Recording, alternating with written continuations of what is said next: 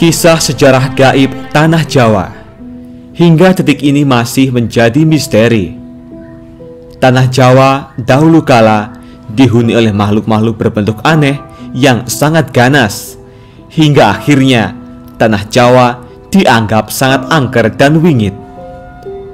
Dalam kitab Sabto Pujangga dan juga Primbon Jayabaya karya Raden Ngabehi Ronggowarsito, konon setelah merasa cukup berguru kepada Syekh Syamsuddin Al-Wasil, Prabu Jayabaya bercerita tentang kondisi Tanah Jawa saat masih kosong hingga kiamat kubro. Cerita itu ditulis dalam kitab Musasar yang menjadi babon buku Jangka Jayabaya.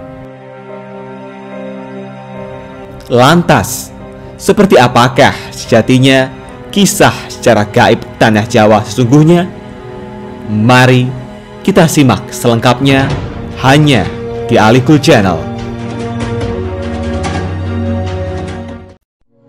Welcome back di Ali-Cool Channel. Yang pasti semuanya ada di sini. Jangan lupa untuk tekan tombol subscribe, nyalakan lonceng notifikasi, like, bagikan, dan tulis komentar kalian di kolom komentar, karena semua ini gratis. Sejarah awal Pulau Jawa seolah terbungkus oleh misteri karena sama sekali tidak diketahui keberadaannya oleh dunia sampai pulau ini dikunjungi oleh peziarah dari Cina, Van Hien, pada tahun 412 Masehi. Berdasarkan buku sejarah gaib Tanah Jawa karangan Siwi Leadbeater cetakan 1 Maret 2015 disebutkan pada 2000 tahun sebelum Masehi, Pulau Jawa sudah menjadi koloni bangsa Atlantis. Tapi saat Atlantis hancur, Jawa menjadi negeri terpisah. Di saat masih dikuasai oleh bangsa Atlantis, ajaran gaib hitam dan sesat mulai diajarkan kepada penduduk yang tinggal di Pulau Jawa ini. Sehingga pengaruh aliran sesat itu kemudian semakin kuat dan merusak tatanan kehidupan yang ada saat itu. Mereka memuja dewa yang kejam yang selalu meminta persembahan manusia dan hidup di bawah bayang-bayang tirani tanpa kesempatan untuk melepaskan diri.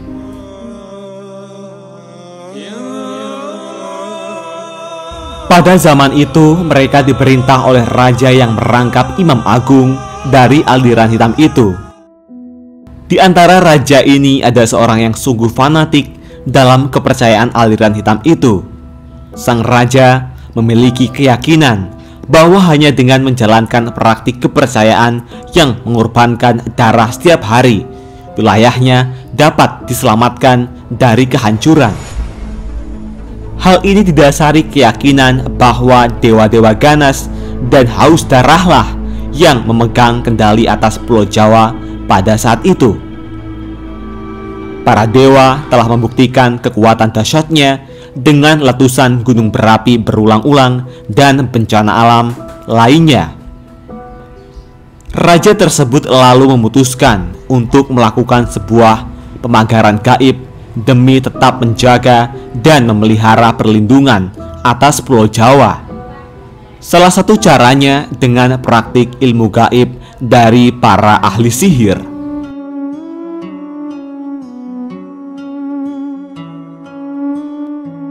Hal ini dilakukan agar kelak semua sesembahan darah kepada dewa-dewa haus darah yang bercokol di seluruh Jawa tetap dilanjutkan di sepanjang abad-abad yang akan datang.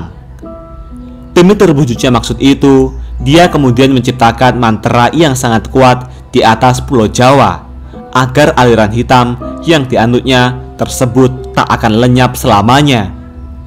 Efek dari hal itu masih dapat dilihat baik secara empiris maupun astral dalam bentuk awan gelap yang besar melayang-layang di atas Pulau Jawa.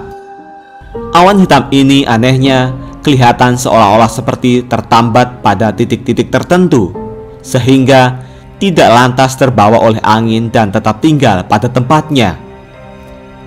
Titik-titik lokasi awan hitam ini sengaja dimatenisir oleh raja dekat dengan kawah-kawah gunung berapi. Salah satu alasannya adalah karena kawah-kawah tersebut biasanya ditempati oleh beragam jenis makhluk-makhluk halus, sehingga makhluk-makhluk gaib itu dapat diperintah oleh sang raja.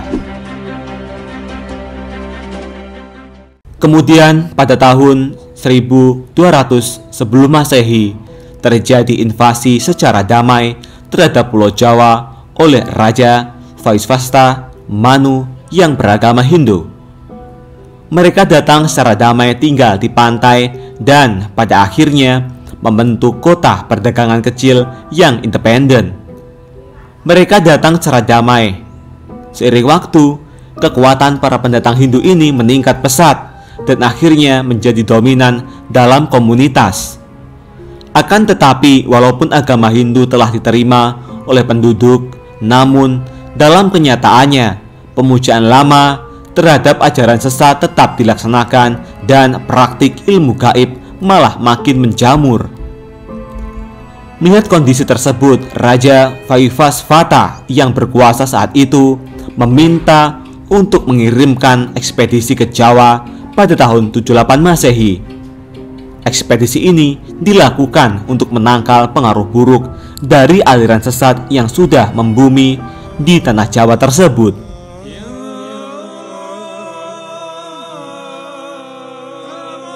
Pemimpin ekspedisi ini dipimpin oleh ahli spiritual bernama Aji Saka atau Sakaji. Aji Saka ini sangat memahami tugas yang diembannya. Aji Saka lalu menanam benda yang berdaya magnet kuat yang telah dimanterai di 7 tempat di Pulau Jawa untuk menyingkirkan pengaruh aliran hitam dari tanah Jawa atau tumbal bagi tanah Jawa. Untuk tempat menguburkan tumbal atau jimatnya yang paling penting dan kuat, Aji Saka memilih perbukitan yang mengarah ke Sungai Progo, tempat yang sangat dekat dengan titik Pulau Jawa. Legenda mengenai Aji Saka ini dalam berbagai cerita juga dianggap melambangkan kedatangan Dharma, ajaran dan peradaban Hindu-Buddha ke Pulau Jawa. Akan tetapi, penafsiran lain beranggapan bahwa kata Saka adalah berasal dari istilah dalam bahasa Jawa Soko atau Soko yang berarti penting, pangkal, atau asal mula. Maka namanya bermakna Raja Asal Mula atau Raja Pertama.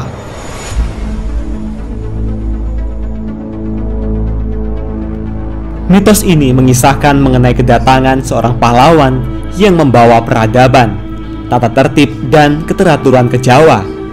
Karena Aji Saka telah mengalahkan Raja Jahat Prabu Dewata Cengkar, sang penguasa hitam yang kala itu menguasai Pulau Jawa. Legenda ini menyebutkan bahwa Aji Saka adalah pencipta Tarik Tahun Saka atau setidak-tidaknya raja pertama yang menerapkan sistem kalender Hindu Jawa. Tumbal Aji Saka untuk menangkal kekuatan hitam pun bertahan hingga beratus-ratus tahun kemudian, hingga sampai pada keadaan di mana Jin kembali berkuasa. Hujan darah di mana-mana, bencana merajalela. Pada masa ini berkembanglah beberapa aliran ilmu gaib di Pulau Jawa, diantaranya kejawen, klenik, dan kebatinan.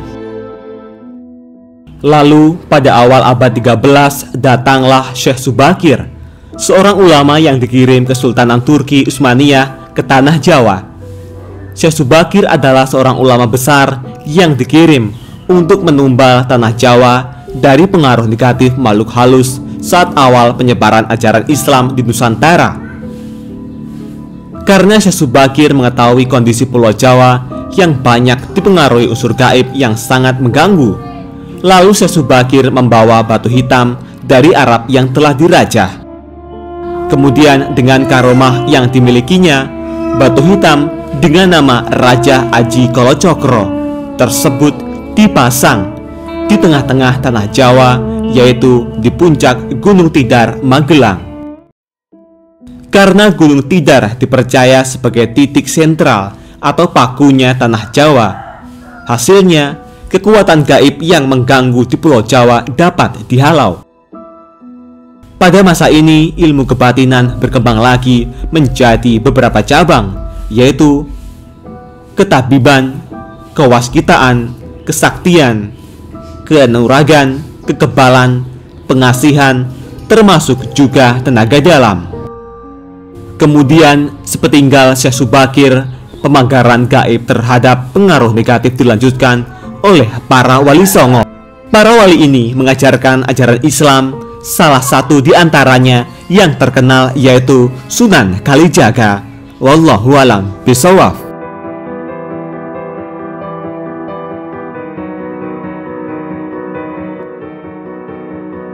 Itulah sederet singkat sejarah tanah Jawa yang masih menjadi misteri.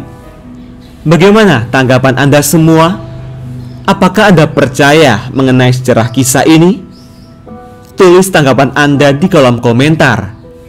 Jika Anda suka dengan video ini, jangan lupa like, subscribe untuk mendapatkan informasi terbaru, dan bagikan informasi ini. Semoga bermanfaat. Nantikan video selanjutnya. Terima kasih.